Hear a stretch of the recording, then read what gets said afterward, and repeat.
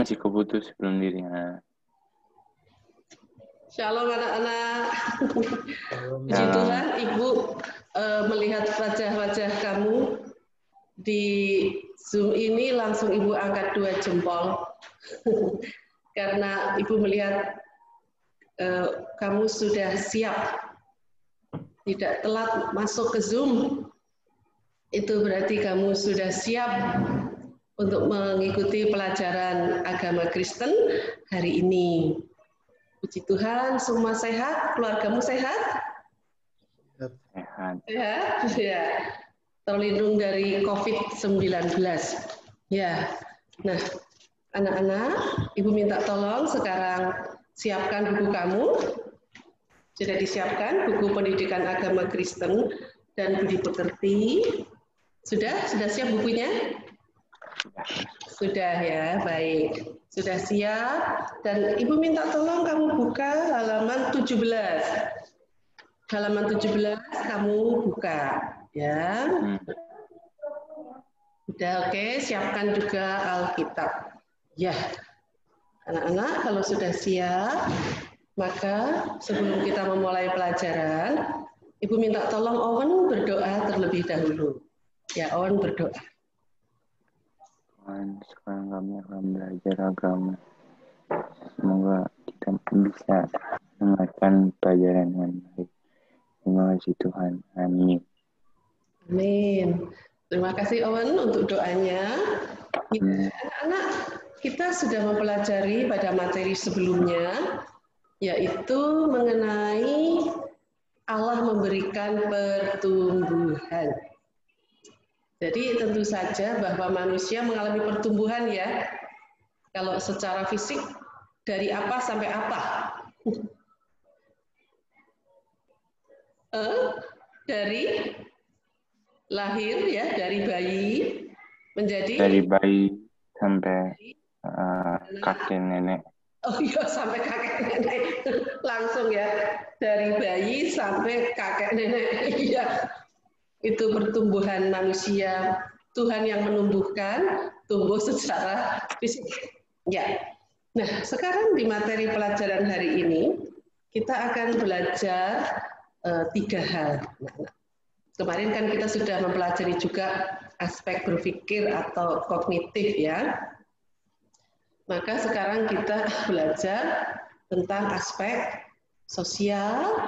Nah, satunya lagi aspek sosial, kita akan belajar aspek emosi, lalu kita juga akan belajar aspek spiritual. Ya, supaya kita semangat nih, kita nyanyi dulu ya. Niko, nyanyi dalam Yesus kita bersaudara. Bisa Nikolas? Dalam Yesus bisa ya, Owen ya. Baik, mari kita nyanyi lagu ini ya sama-sama ya. Lagunya mudah sekali. 1, 2, 3. Dalam Yesus kita bersaudara. Dalam Yesus kita bersaudara. Dalam Yesus kita bersaudara sekarang dan selamanya. Dalam Yesus kita bersaudara. Ya, terima kasih anak-anak. Dalam Yesus kita bersaudara. Lagu ini sebenarnya membawa suatu pesan dari aspek sosial. Ya, sosial itu bicara mengenai hubungan kita dengan sesama, hubungan antar manusia. Nah, kalau kita itu belajar aspek sosial dari sudut kedewasaan, itu berarti apa maksudnya? Maksudnya adalah mampu bersosialisasi dengan baik. Jadi mampu bersosialisasi ya anak-anak ya. Bersosialisasi dengan baik dan benar, serta mampu menempatkan dirinya pada setiap orang. Mampu menempatkan dirinya pada setiap orang. Nah, jadi Ibu mau tanya nih, kalau orang dengan ciri-ciri sosial yang bersosialisasi sudah dewasa, maka kalau anak-anak seperti Owen dan Nicholas menempatkan dirinya di dalam berhubungan dengan orang tua, bagaimana? Dengan cara menghormati. Menghormati, bagus. Apalagi? Kalau dikasih Tidak nasihat. membantah. Oh, tidak membantah. Tidak membantah. Betul sekali. Menghormati dan tidak membantah. Kata lainnya taat. Ya, kata lainnya taat. Tidak membantah. Betul. Apa Owen begitu ke papa mama? Tidak membantah kalau dikasih nasihat? Anak yang patuh. Oke, Owen. Ya, itulah ciri-ciri orang yang dewasa. Sosialisasinya bagus, ya. Bisa menempatkan di hadapan orang tua itu menghormati, tidak membantah. Mungkin Nicholas mau memberikan tambahan. Apalagi Nicholas? Kalau Nicholas memandang orang tua, berhadapan dengan orang tua, bersosialisasi dengan orang tua, bagaimana? Harus ramah. Coba Nicholas, tangannya tidak di depan mulut dong. Iya. Coba yang keras, Ibu nggak dengar. Harus ramah. Harus apa? Ramah. Harus ramah, oke. Apalagi? Harus apa ya? Kalau kayak misalkan orang tua kita minta bantu, kita harus bantu. Iya, ramah ya, betul. Pulang ketemu mesti nyapa ya sampai rumah. Kalau datangnya sore, selamat sore Pak, selamat sore Mbak. Kalau mau pergi, Nicholas pergi, Pak, Ma, Owen pergi, Pak, Ma, gitu ya. Iya toh? Itu namanya keramahan. Itu bagus ya, tanda-tanda kedewasaan dari cara-cara bersosialisasi itu juga kelihatan dari keramah tamahan dan juga mau mengerti kebutuhan orang lain ya, minta dibantu ya, bantu ya. Ya, membantu juga orang tua. Nah, anak-anak itu yang dimaksud dengan bersosialisasi dengan baik dan benar dan mampu menempatkan dirinya dengan tepat pada setiap orang. Tentu cara kamu bersosialisasi dengan orang tuamu berbeda dengan temanmu, betul? Kalau dengan temanmu lain kan? Kamu bisa jelaskan nggak? Kalau dengan temanmu apa?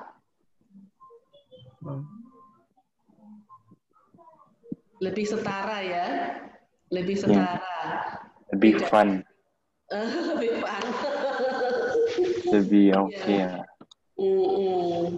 Iya, betul. Iya. Ya, anak-anak itulah kira-kira gambaran secara singkat kedewasaan dalam bersosialisasi. Jadi di sini tidak berontak, tidak marah-marah, ya, tidak menghina, tetapi menghormati, menghargai, ya anak-anak, dan juga mentaati pada orang tua. Ya, sekarang aspek emosi. Tadi kita sudah menyanyi sama-sama dalam Yesus kita bersaudara. Kalau kita menyanyi, maka akan ada perubahan apa yang kita alami di dalam perasaan kita. Perubahan apa? Mungkin Perasaan kita. Lebih gembira. Ibu nggak terlalu dengar, Owen? Lebih gembira. Oh. Lebih Bahagia. gembira, betul. Kalau Nicholas, kalau kita menyanyi hati kita lebih apa? Owen bilang lebih gembira. Lebih senang. Lebih senang ya, sama aja ya. Ternyata nyanyian itu membuat kita memang menjadi senang ya. Nah, anak-anak, kedewasaan emosi itu dapat dilihat dari mana? Ini dengarkan baik-baik ya. Kedewasaan emosi itu dilihat dari bagaimana cara kita mengendalikan atau menguasai emosi kita. Ya. Jadi kedewasaan ini dilihat dari bagaimana kita mengendalikan, menguasai perasaan kita dan ditujukan pada orang yang tepat. Ditujukan pada orang yang tepat. Oke? Perasaan kita bisa kuasai, misal nih, sebenarnya sangat marah, tetapi kita bisa menguasai diri sehingga tidak terjadi masalah, bisa dibicarakan dengan baik, ya. Nah, anak-anak, ibu mau tanya, kan tadi kalau nyanyi kita jadi seneng ya. Nah, kalau emosi yang negatif, siapa yang bisa jawab? Contohnya apa saja? Emosi negatif. Apa? Nicholas dulu. Ngambek. Iya, ngambek ya. Betul ya. Ngambek berarti gampang marah ya, gampang tersinggung dah itu. Gampang tersinggung, gampang marah, sensi ya. Sensi, ngambek.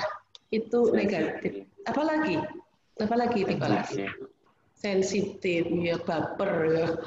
Bahasa sekarang baper. Cemburu. Oh, cemburu ya. Walah, ini yang sedang pacaran ya. Tahunya cemburu. Apalagi yang negatif-negatif? Marah berlebihan. Ibu kok nggak jelas ya, nggak dengar jelas. Apa, Awan? Tadi agak keputus oleh Bu Naomi. Oh gitu. Sedih, putus asa. Marah tidak jelas. Marah tidak jelas, yo, uring-uringan. Marah tidak jelas, ngomel, berkeluh kesah, putus asa. Ya, anak-anak, itu perasaan negatif. Sekarang ibu tanya nih, emosi atau perasaan yang positif itu apa? Berdoa. Perasaan loh. Perasaan ini masih emosi, sayang. Senang. Wah, iya senang. Apalagi? Gembira. Bahagia. Gembira. Bahagia. Bahagia, ya. Nah, Sukacita. Sukacita, pintar. Nah. Betul sekali. Ya, dan juga apa yang sangat terkenal yaitu kasih. Kasih ini dimulai dari suatu perasaan yang positif, perasaan yang membangun, yang ingin melakukan sesuatu yang membuat senang, bahagia, menolong, membuat baik, membawa kebaikan bagi orang lain. Ya, anak-anak, perasaan ini sebenarnya sangat penting. Ya, emosi ini sangat penting. Sehingga ada lagunya loh, kamu pasti tahu tuh lagunya. Hati yang gembira adalah obat. Seperti obat hati yang senang, tapi semangat yang patah keringkan tulang. Wow. Hati yang gembira, Tuhan senang. Jadi rupanya anak-anak di aspek emosi ini, Tuhan juga senang kalau kita memiliki hati penuh sukacita. Hati yang senang, hati yang bahagia, hati yang sukacita, itu juga tanda-tanda dari emosi yang sehat. Ya. Dan emosi yang dewasa itu emosi yang bisa menguasai diri dan menempatkan diri pada orang yang tepat. Jadi sebegitu pentingnya emosi sampai kalau orang gembira bisa sehat.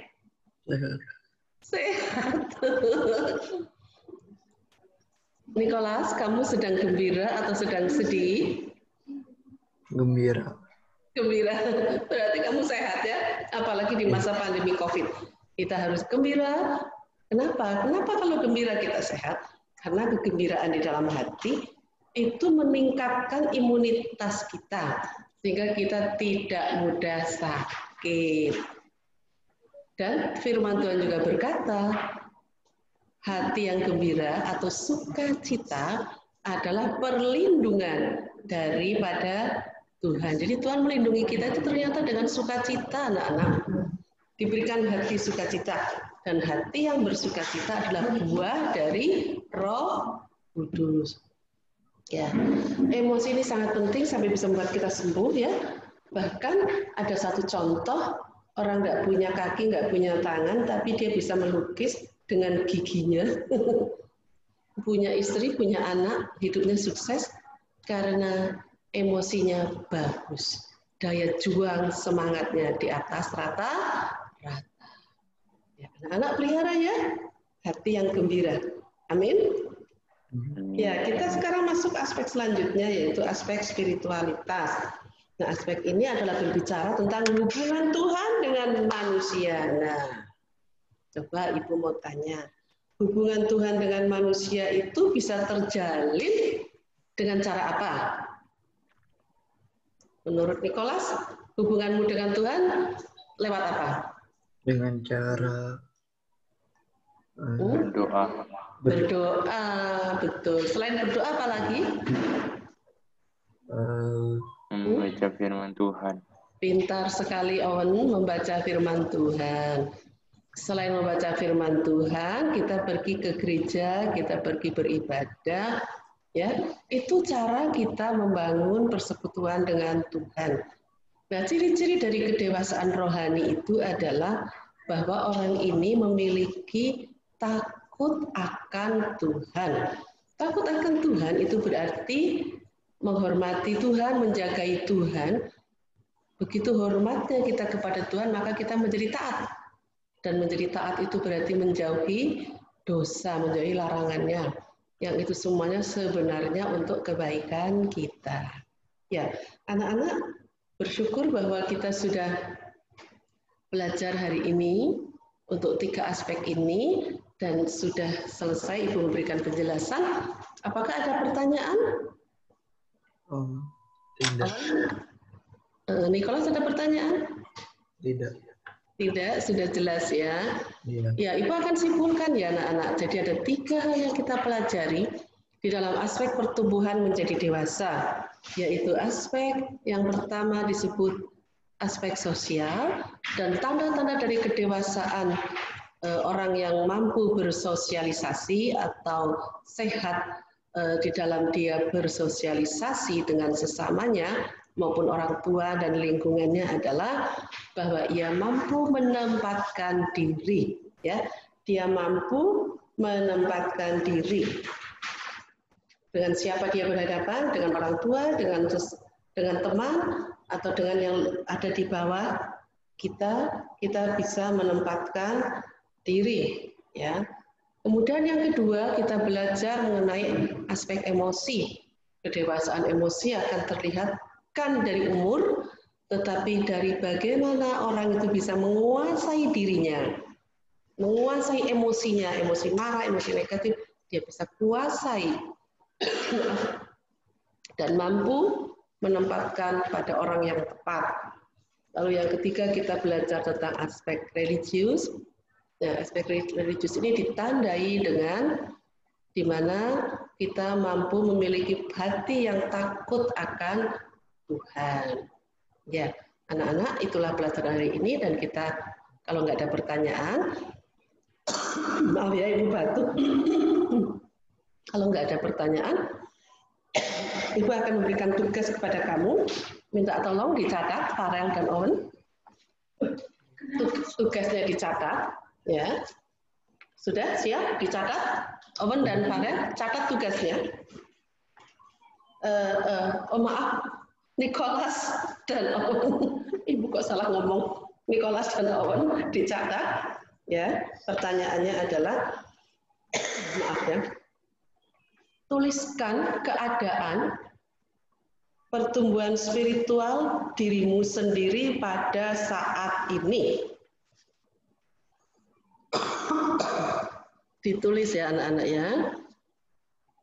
Dicatat maksud saya. Minggu depan kita akan ketemu untuk membahas pelajaran ini, untuk membahas tugas ini maksud saya, yaitu tentang pertumbuhan spiritualmu sendiri pada saat ini. Tuliskan.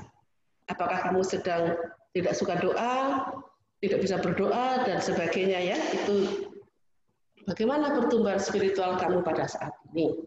Ya, anak-anak, Ibu sudahi saja pelajarannya sampai di sini ya. Tidak ada pertanyaan lagi. Dan Ibu minta tolong Nicholas tutup dengan doa. Terima kasih Tuhan.